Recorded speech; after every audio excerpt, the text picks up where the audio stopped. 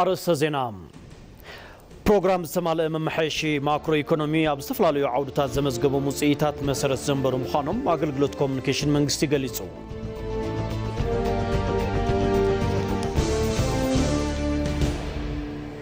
ኢትዮጵያ ናብ ቀይሕ ባሕሪ ምጽጋዓን ሓበራዊ ልምዓትን ሰላምን ትዞባ ልዕል ግደ ከም ዝህሎ ሰሞያ ታሪክን ፖለቲካን ተዛሪቦም።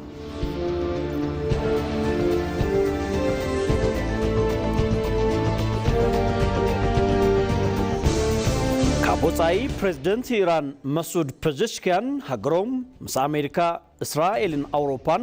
ናብ ሙሉእ ኩናት ከም ዝኣተወ ገሊጻ።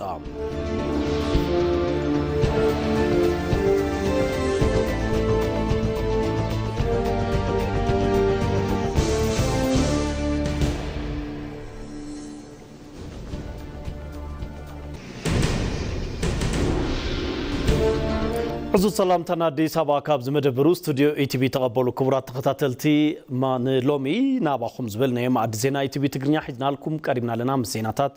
جيتاچوالو مساهم كصني حسنا مكتال نكون لكم تمنيتنايو فلما حصرت زيناتات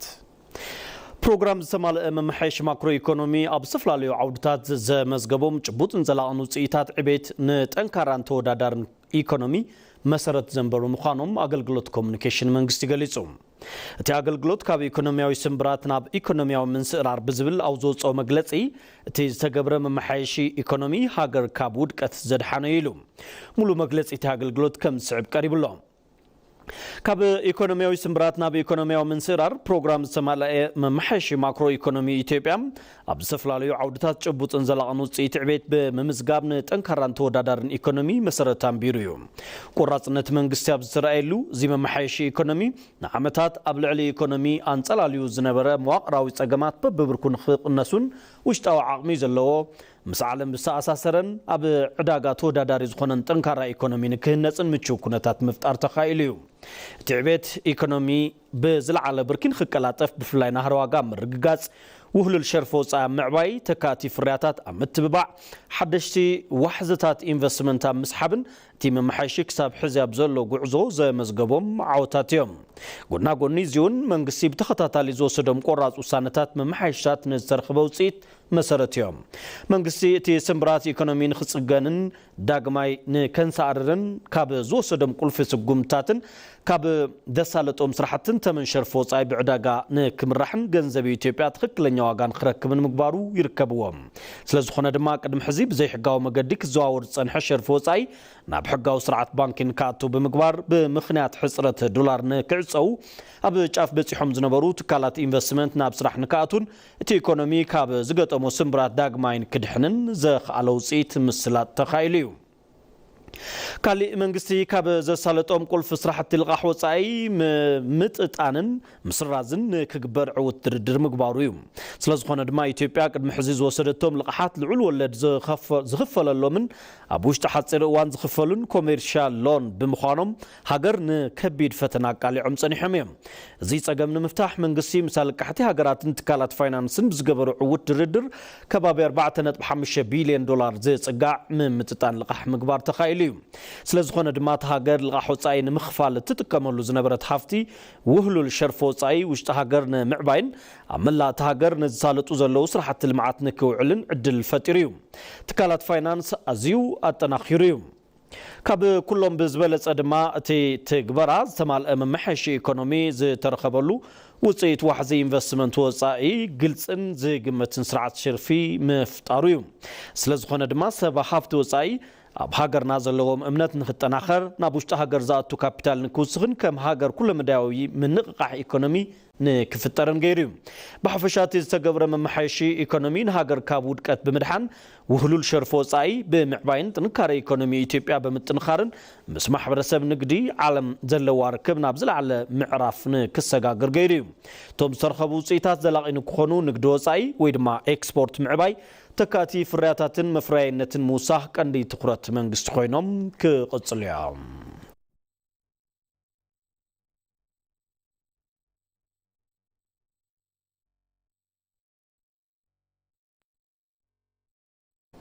كنتيبا داني شابي بابتا كتما زهنة 32 بروجكتات تكالات بوليسي مريقان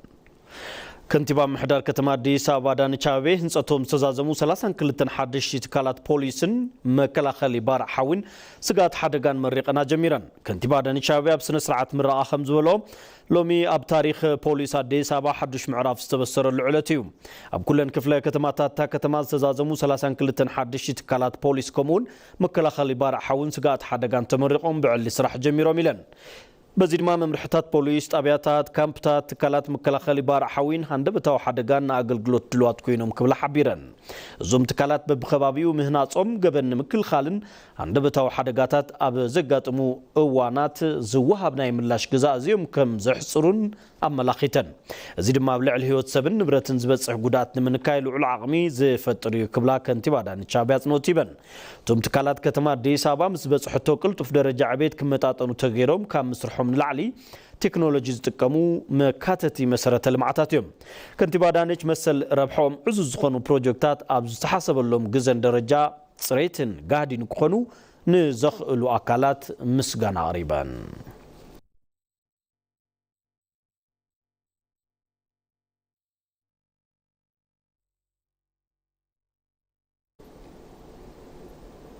كل مدى يتبصحنا تاقلقلوت كتابت بزبلت أنا متنخار كل نايب على قد كوات أي قبا قبل منستير تعنا قليصهم أبتي منستير حالا في ديس كاقلقلوت كتابت أي تمل كام ويالي وكم زبلوه كتابت حمام نايم كل خال متصور عقمي بمعباي تعينا فرين زيقان مفتار زخيليوم حماماتا مكل خال حكيم كام مدحان مسرس قبر بوليسي تعنا هاي زيقاتا تعنا بزبلت أنا محلاو بتخورتنا تسرح كم زركب أبريهم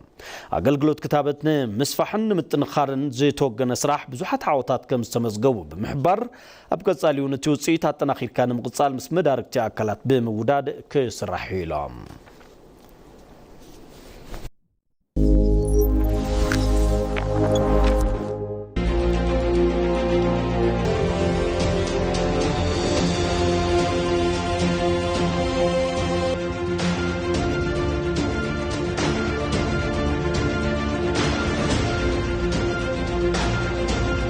مكتتال ما ديزينا يتبي تقنياكم تركبوا كبرات تغتاتلت مريسكم سلت كتاتلونا مسكنكم حزون مسانا صنحو بزرزرنا بزحرنا يا زيناتات كنسغرينا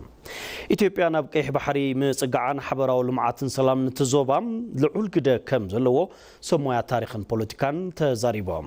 بر بحرينا مركاب حقا مراتات بزتواد داقبا مقصالن حقرات أبقون إثيوبيا دو نكبلا زي تجمرو صعرتات كتناخروا اللوم تباهلو ميكائيل قزون زواددو صبصاب نازريت بريهو حزب وساني إرتراسيبو كاب مفارق 1980 كاب قيح بحر زرحقت إثيوبيا أبتو زبا خاب زقبرو منقصاصات نقدن دحنتن كاب تفله لعلي 13 عامتات تقوطيرهم يوم مثل تلفزيون إثيوبيا تانحي تقبرو سمويا تاريخن بوليتيكا ساينسن بعلت وانا قداماي سلطانه زخونت إثيوبيا قيح بحر مسر سلطانه امخوانو يلعلوم ዓለም ላይ በጣም አሉ የሚባሉ ሀገሮች አራት ናቸው ቻይና ፐርሺያ አብ ዓለም አለዋዝ ባለ ሀገራት አርባዕተን ቻይና ፐርሺያ ሮማን ኢምፓየርን አክሱምንን ኢትዮጵያ ነዚ ዓባይነታ ቀይሕ ባሕሪ ኣብ ትሕቲ ቁፅፅራ መውዓል ኤደን ባህረ ሰላጤ ኣብ ትሕቲ ቁፅፅርና እዩ ብፍላይ ንጉስ ኢዛና እዘን ከባብታት ብደንቢ ኣኽቢሩልና ነይሩ ስለዚ እዚኦም ቀስና በሉ ካብ ኢድና ምስአን ንድሕሪት ክንምለስ ገይሩናዩ የነ ምጽዋ የነ ዘይላ የነ በርበራ ወደባት ምጽዋ በርበራ እና ማሐደረት ዝነበረት ቀይሕ ባሕሪውን እና መርሐት ዝነበረት ኢትዮጵያ ቅድሚ ምግንጻል ኤርትራውን ቀይሕ ባሕሪ ኣብ ትሕቲ ቁፅፅር ኢትዮጵያ ዝነበረ ምዃኑን ካብ ዝሓሊፉውን ውቅያኖስ ህንድን አትላንቲክን እና መርሐት ዝነበረት ዓባይ ሃገር ምዃና ምስ ዘለዋ በዓል ዋናነት ታሪኽ ኣገባብ ሕጊ ኣብቲ እዋን ኣልቦ በር ባሕሪ እንትትኸውን ዝተወሰነ ዝተጋጌ ፖለቲካዊ ውሳነ እዩ ኢትዮጵያ ናይ ዓርሳ ወደብ ተመሓደር ኣብ ዝነበረትሉ እዋን ድሕንነት ቀይሕ ባሕሪ ምስ ምሕላው መዳይ ኣብቲ ከባቢ ካብ ዝርከባ ሃገራት ዝሓሸ ግደ ዝነበራ እያ ኢትዮጵያ ናብ ቀይሕ ባሕሪ ምጽጋዕውን ነቲ ዞባ ሰላምን ምርግጋእና ምምጻእ ልዑል ግደ ይህልዎም ኢትዮጵያ ዓብይ ልምዲ ጦር ዘለዋ ብባሕሪ ገበነኛታት ናይ ምቁፅጻር ዓብይ ልምዲ ዘለዋ ብፍላይ ራዕዳዊ ተባሂሎም ዝብየኑ ናይ ምቕጻዕ ዝነበራ ቅዋም ጸረ ባዕዳውነት ጽኑዕ እዩ ነዚ ዞባውን ዓብይ ሰላም ዘምጽእ እዩ بزيقبو من قدي نابز تقفعت اللبر بحر مملاس إثيوبيا زجمرتو دبلوماسياو زعري وانتاو ملك أن حزا ممسو تومسو مويات زاريبام አሁን የተጀመረ ሂደት በጣም ጥሩ ነው حزز تجمر كيدي بتعم صبوقيو كم كل إثيوبياوي زيغان إثيوبيا زفتو ناي كالوت هاجر زيغاتات انت سمع دس زبل زينايو زسانت له مقدي زي حقاو مخانو طلعلو حتو حقاوي قبرو مالتيو سلازي نزي مسارت غيرو نتي حتو مسحقي بوليتيكا تاريخ التقيسكا مقربات لايو كل عينات حقاو مراتي بستوادد أقباب مغزالن هاقرات بوغون إثيوبيا دون خبلاس تجمرو زعرتات بتساتفو زيغاتات كتناخر كمز قباء أملخيتهم ኢትዮጵያ بزي حقاو أقباب سانت توف دق بحري تنكرن قلطفن كتباو عبيت نكيت حنص عنقفات كوين مصنحو يقلص هاقراو ربحا إثيوبيا من رقاص زي تجمرو زعرتات بمتنخار كل مداو عبيت من رقاص كم زدلي تقلصو أباد دمقام مليون % رقتኛ ነኝ ኢትዮጵያ ተዘግታ አትኖርም ማንንም ፈለገም አልፈለገም ኢትዮጵያ አበ ዝሐለፉ 30 ዓመታት አበ ቀይሕ ባሕሪ ዝነበራ ግዛት ዋንነት አፍደገ ባሕሪ ዝሳነትሉ መንገዲ አበ ታሪኽ ዓለም ካብ ዝተርኣዩ ከይድታት ዝፍለ ምዃኑ ይግለጽ ኣብቲ ዞባ ሰፊሕ ግዛትን ዶብን ዝነበራ ኢትዮጵያ ብዝተዛብዐ ፖለቲካዊ ውሳነ ኢሕጋዊ ብዝኾነ መንገዲ ብዘይ ኣፍደገ ባሕሪ ክትተርፍ ብምግባር ኣበ ቁጠባዊ ማሕበራውን ፖለቲካውን ሃገር ቀሊል ዘይበሃል ጽልዋ ዘሕደረ እዩ ብዘይ ሕጋውን ትኽክል ብዘይኮነን ኣገባብ ኢትዮጵያ ዝሰኣነቶ ዋንነት ኣፍደገ ባሕሪ መሊስካ ንምውናን ዝከኣለሉ ዕድልን መሰልን ከም ዘሎ ይሕብሩ መጀመሪያ ኢትዮጵያን የቀይ ባህር አክሰስ ያሳጣው ውሳኔ ማን ወሰነው ኢትዮጵያ ካብ አክሰስ ቀይ ባህሪ ንኽትግለል ማን ወሲንዎ ካቢኔ ይኸውን እዩ ኢልና መዛግብቲ እንተገላበጥና የለን ካቢኔ ይፈልጦን ቤት ምኽሪ ወሲኑ ዝኸውን እንተበልና እቲ ቤት ምኽሪ ብዛዕባ ውሳነ ዝፈልጦ ነገር የለን ህዝቢ ብድምጽ ወሲኑ ከይኸውን ከይባህሉን ንሕና ነይርና ኢና ኣይነበረን ህዝቢ ኢትዮጵያ ዘይወሰኖ ተወከልቱ ዘይራእይዎ እንተወሓደኳ ካቢኔ ዘይራእዮ ውሳነ من يوسينوه زسانالو منجدي تجمع حقاونت كم زلوا مرأيا تكالات أي تساتفولن كابيني يفولتون حدا قلت ورات كمي كم سانا يوزرد أي رخبنان قرندالو مسايو تقواموش على قبوبتهم منصر تاريخاوي كتباوي جغرافياوي عليتاون حقاون تحستو إثيوبيا أبا زوبا قيح بحري أفدقناي مونان مسلن عدلن كمزلو وايقلت كابقزة نابقزة زعب زلو بز حزب إثيوبيا باقوصاتر أوروباويان 250 مليون كبت صحيو تبايلي إمت زيزا كل حزبي زلو هاجر دما بزي أفدق بحري استرقاقع كلن تنوع عبيت كتبا هنيسا أبتو زوبا زلوا بتسعيت نمفتسام أزيو زتسقم كمزوخوني قلت إثيوبيا أبا زوبا قرن أفريكا التركب وسانيت عباي هاجر كم مخانا متن ببقزيو أبتو زوبا زرا زي مرقق عن وطرن أبا وشت أو قدات سلام دحننتن حلواتن تا هاجر أنت ألاليو زفترو حدقا قليل سلزيخونا إزي نموكو تسعر أفدق بحري زلعال وساني نتلو ودبوش بمولو مولتو እንደገና ተጠባባቂዎች ባህር ላይ መልህቅ ጥለው የሚቆሙበት دوبات وسن بحر ملئو أب بحري ملهقن أسيرن نمسعنن نمرقافن زتصبابيا مراخب ببزحي زرعيالو جزي ينيرو إزي تزقصل نيرو إثيوبيا تنكرن قلطفن أبيت قطبا مهناز تخيل نيرايا بتلاقي هي يقي بحرنا بحر سلات انديان وشين የሚባለው አካባቢ በጣም ዓለም የሚፈልገው አካባቢ ቀይሕ ባሕሪ ኤደን ባሕር ሰላጤን ኢንዲያን ኦሽንን በብርክ ዓለም ተደለይቲ ካብ ዝኾኑ ከባብታት ዝጽርሑ እዮም ብዙሕ ንግዲ ዝሳለጠሉ ከባቢ እውን እዩ ስለዝኾነ ኣብዚ ከባቢ ንግዲ መርከብ ኢትዮጵያ ጸገምን ተገጢምዎን ወታደራዊ ወፍሪ ዘድሊ እንተኾይኑን እዘን ሃገራት ከየፍቀድካ ናብኡ ምኻዳ ይከኣልን ካብ ክሊ ኣየርና ወፃኢ በር ባሕሪ ክሳብ ዘይብልና ካልእ ጽዕንቶ ዝፈጥር እዩ ኣብ ሃገራዊ ድሕንነት ሕቶ ዝፈጥር እዩ በር ባሕሪ ዘይምህላው ሌላ ችግሮች ያመጣል ኣብ ቁጠባውን ድሕንነትን ዝረኣዩ ጸገማት ንምፍታሕ ኢትዮጵያ ኣብ ዞባ ቀይሕ ባሕሪ ምስ ዝርከባ ሃገራት ተቀራሪባ እናሰርሐት ትርከብ ጉዳይ ኣፍደገ ባሕሪ ኣካል ሃገራዊ ረብሓ ገይራ እናሰርሐት እትርከብ ኢትዮጵያ ምስ ካልኦት ሃገራት ዘለዋ ምትእስሳር ኣጠናኺራ ብምቕጻል ተረባሕነታ ከም እተረጋግጽ ይሕበር ኢትዮጵያ በአባይና በቀይ ባህር መካከል የምትገኝ ሀገር ነች እጣ ፋንታዋና መጻኢ ዕድሏም ከሁለቱ ውሃዎች ጋር በእጅጉ የተቀራኘ ነው። ኢትዮጵያ አብ ማእከል አባይን ቀይሕ ባሕርን እትርከብ ሃገር እያ ዕፃን መጻኢ ዕድላን ምስ ክልቲኦም ማያት ዝተኣሳሰረ እዩ ኮይኑ ግና ኢትዮጵያ ፍትሓዊ ብዘይኮነ መንገዲ ህዝቢ ብዘያሳተፈን ኣብ ግምት ውሽጢ ብዘይእትየን ኣግባብ ተነፂላ ፀኒሓ እያ ኢትዮጵያ ናብዞም ማያት ተመሊሳ ፍትሓዊ ተረባሒት ልምዓት ንክትኾን መንግስቲ እናሰርሐ ይርከብ ፍትሓውን ዘተኣማምንን በሪ ባሕሪ ንምርካብ ምስ ሃገራት እቲ ዞባ ብሰላማውን ዲፕሎማሲያውን በሓባር ክሰርሕ እዩ ከቀጠናው ሀገራት ጋር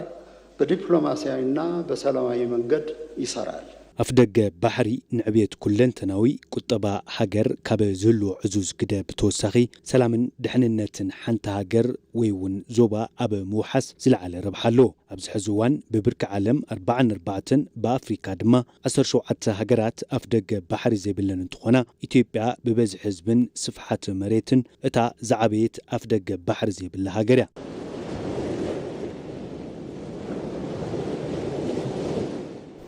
ኢትዮጵያ ብልጽግና ኣነ ምርግጋጽ ዝተንቀሳቀሰትሎም ኩሎም ታሪኻዊ ኣጋጣሚታት ካብ ኣብራኻ ብዝወፁ ባንዳታት ዝተፈተነ ምንባሩ ምስ ኢቲቪ ዳጉ ጻንሒት ዝገበሩ ምሁራን ገሊጾም ኢትዮጵያ ኣብ ኣባይ ኣብ ቀይሕ ባሕሪ ንኸይትጥቀም ዝተሰርሐ ሽርሒ ካብ ተፈጥሮኣዊ ሃፍታ ተረባሒት ንከይትኸውን ገይርዋ ምጽንሑቶም ምሁራን ገሊጾም ተስፋይ ጫኔን ዘዋደዱ ጸብጻብ ሙሉ ብርሃን ግርማይ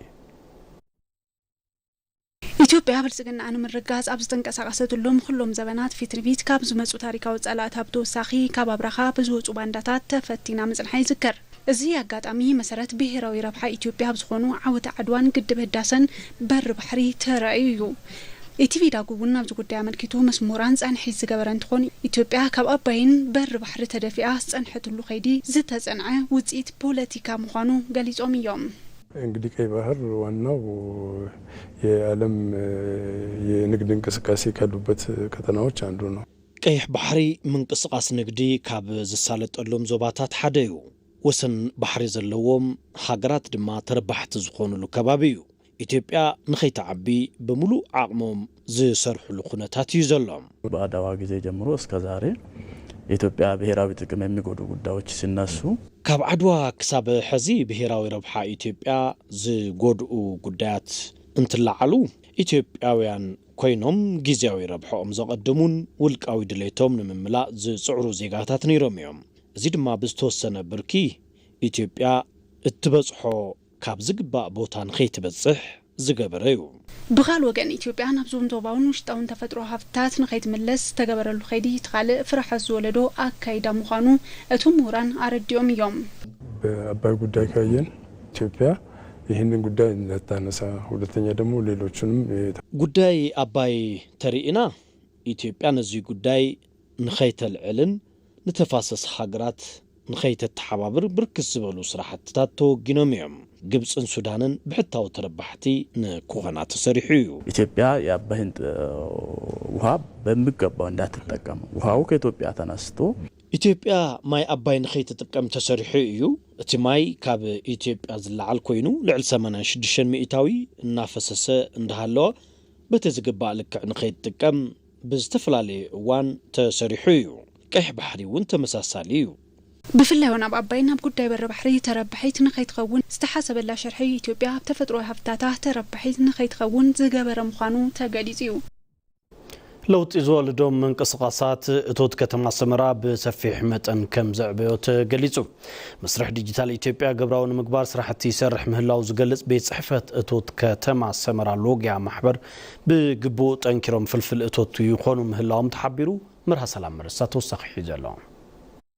وانا مقمت يتكل العفار سمرالوجيا ابو وحوح من قصقاس نصتيا تركب مش معبالتها كتما زتفلالو طلبات مملا كم معلتن معلتي حدشت نتفتات نقد معزاب لمود مخانو تقمت تا كتما يقلصو محمد عول حلف بيت صحفه توت من محدار كتما سمرالوجيا يوم معبال توت كتما سمرالوجيا تزنتو تلو دحر اول لوطي تا كتما تفلفلو صنحت توت ب 330 مليون بر معبالو يقلصو አጠቃላይ ቀላውቲ በፊትና ቀላውቲ በኋላ ሲናየው በጣም ትልቅ እድገት ነው بحافشة ቅድሚ ይኹን ድሕሪ ለውጢ ንምዝን ተለና ጎልሁ ዝረአ ምዕባለ ኣሎ ልዕሊ 330 ሚልዮን ዝግለጽ ፈላለየቶት ተራዩ እዩ ንዝተፈላለዩ ዘፈራት ጠመተይብና በሓፈሻ እታ ከተማ ንባዕላ ምምሕዳር ጥራሕ ከይኮነስ ንመሰረተ ልምዓት ባዕላ ዘድልያ ህንፀት መሰረት ክሕዝ መንግስቲ ለውጢ ባድቦ ምስ ክልል ብሓደ ናይ ልምዲ መድረኻት ኣዳልዩልና ምስ ክልል ተዋዲድና ንሰርሕ ኣለና ናይታ ከተማ ምዕባለ ጉሁን ንምግባር በብርክ ሃገር ለኸተ ተግባር እንዳተገበረ ዝርከብ ዲጂታል መስርሕ ዘርጊዓ ትንቀሳቀስ ምህላዋ ይብሩ አጠቃላይ ገቢው ንክክ እንዳይኖር ሓፈሻው ጽፈት ከልዎ በመሰረት ትልሚ ዲጂታል ኢትዮጵያ አታው ብካሽ ተይኮነስ ናብ ቁጽሪ ሒሳብ ካቱ ተገይሩ በመበልካላይ ሶፍትዌር አልሚዕና መላ ነጋዶ ከተማ ሰመራ ሎጊያ ከግልገልሉ ንምግባር ድላዋትና ዘርገሐ ተዳሊሎ ንዕቤት ንግድታ ከተማ መንግስቲ ጽዑቕ ስራሕትታት ከም ዝሰርሕ ዝገልጹ ሓላፊ ቤት ጽሕፈት ከተማ ሰመራ ሎጊያ መሐመድ ዓወል ማሕበራት ብኽልተ እግሮም ደው ክብሉ ድጎማን ሓገዝን ከም ዝግበረሎም መብሪሆም ዝተገበረሎም ሓገዝ ተደሪኹ ዝመጻኣታዊ መሊሱ ነቲ ከተማ እቶት ይኾን ምህላው ይገልጹ ተለያየ ማህበራቶች አሉ እነዛ ማህበራቶቹ ዝተፈላልዩ ማሕበራት ኣለውና እዞም ማሕበራት መንግስቲ ዝገብረሎም ድጎማን ሓገዝን ብህልዊ ካብ ዝረኸብዎ ኣታዊ መኽሰብ ትመቃቐሉ ተለው ወይ ከዓ ብሕጋዊ መስርሕ ተጓዒዞም መኽሰብ ትመቃቐሉ ተለው ብዓይኒ እቶት ንጥምቶም ኢና ብዙሓት ማሕበራት ኣለውና ኣብ ጽባቐን ጽሬትን ዝነጥፉ ውሽጣውሽጢ መንገዲ ዝሰርሑ ኣለው ኣብ ሕርሻውን ዝዋስኡ ኣለው ብኣናእሽተይን ደቃትን ተወዲቦም ፈሳሲ ሳሙናን መሰል ጠለባት ዘማልኡ እውን ኣለው ነዞም ማሕበራት ብሙሉእ ናብ ሲስተም ኣትዮም ንመንግስቲ ዝግባእ ኣታዊ ከኸፍሉ እንዳተገበረ ይርከብ ሓፈሻው ጠለብ ፋይናንስታ ከተማ ካብ በዓላ ከም ዝፍልፍል ተገሊጹ ኣሎ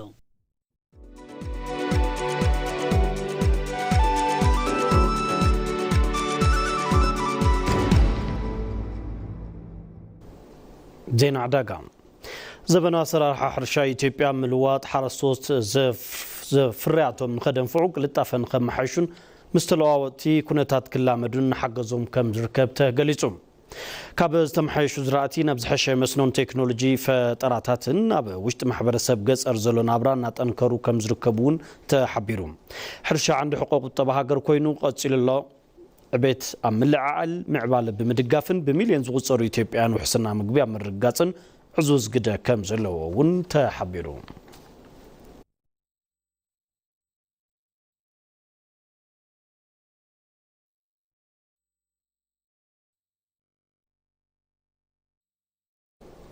أموداتا زينوتاي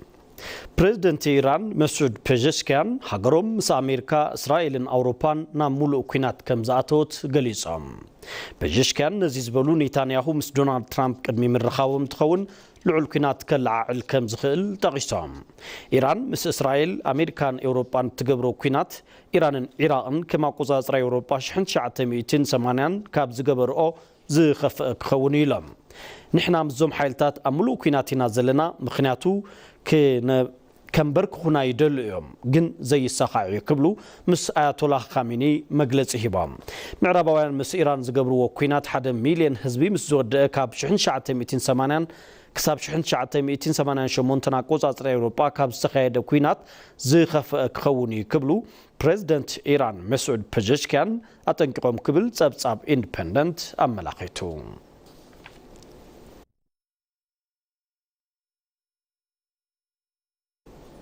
كبرت تقتاتلتي زينا ومستنادوتاتنا قدمي مزامنا قنقنت بتاتنا كنزخاخركم بروجرام سمال ممحيش ماكرو ايكونومي ابسفلاليو عودتات زمزغبو موصيتات مسرت زنبرو مخانم اغلغلوت كومونيكيشن منغستي غليصو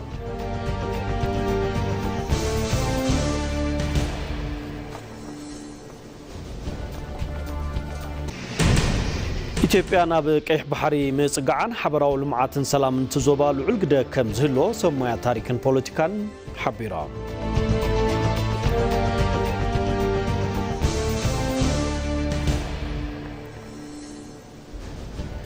ፕሬዝደንት ኢራን መስዑድ ፔዜሽኪያን ሃገሮም ምስ ኣሜሪካ እስራኤልን ኤውሮጳና ሙሉእ ኩናት ከም ዝኣተወት ገሊጻ كرة ملكة اللوم على السنوي 10 تحساس 2018 عام تمرت مشت ساعات حدنا بخوم زحرنا يوم عد زينا يتبي تقرنيا زي كتكتاتل وصنحكم مسل نيرو نسلم كتالكم نمسجن جيتاتشو علوم بسم الله سوما استوديو حبيبكم نيرا ببزلخمو مسترفو من دلواتنا سنة يجزاكم قنا لكم تمنيتنا